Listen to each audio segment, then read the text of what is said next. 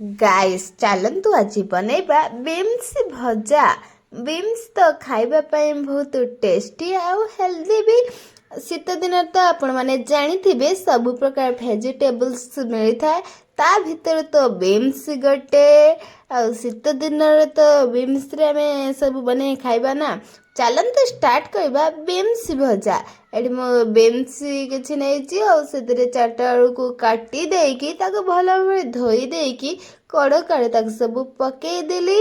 सेतरे स्वाद अनुଯାयी लुण आउ हळदी पकईकी किछि समय पर्यंत सिझेबा ପାଇଁ छाड़ीदेली।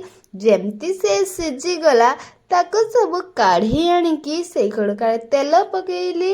काटी रखिथिबा पियाज, सुखिला लंका, जीरा ताको सब पकईकी भलो भाबे टिके चलई देली। जेमती से भाजी गला सेतिरे सिझेकी रखिथिबा बीम्स आउ आलू को पकई देली।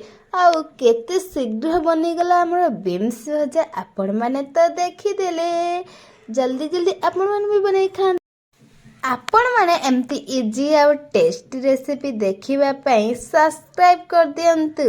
आपण माने एमती इजी आउ टेस्टी रेसिपी सब मो चैनल ले देखिबा को पाइबे।